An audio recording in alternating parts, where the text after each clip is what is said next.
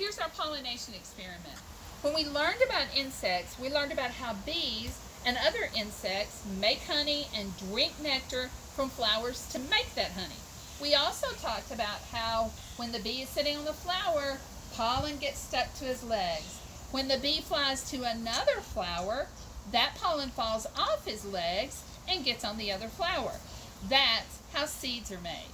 So this experiment right here, we're going to see if we can simulate what happens.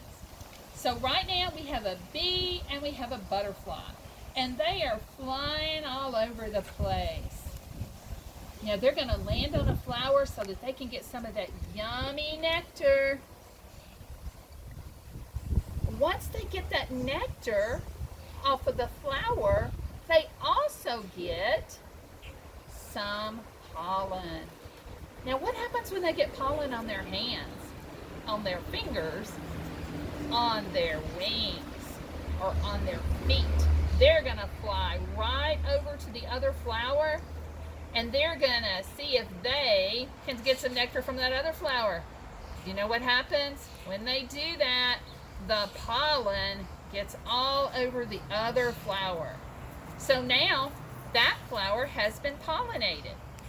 Let's watch and see if we can answer some questions. So in our Cheetos, what did our Cheetos represent? My Cheetos are the pollen. The Cheetos are the pollen. So the dust that comes off the Cheetos represents the pollen that you get from the flowers. What did your finger represent?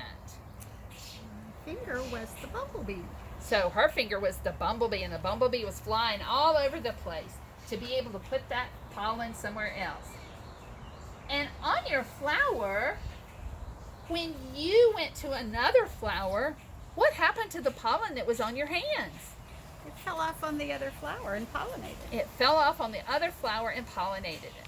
And that's how we get flowers pollinated from one place to another.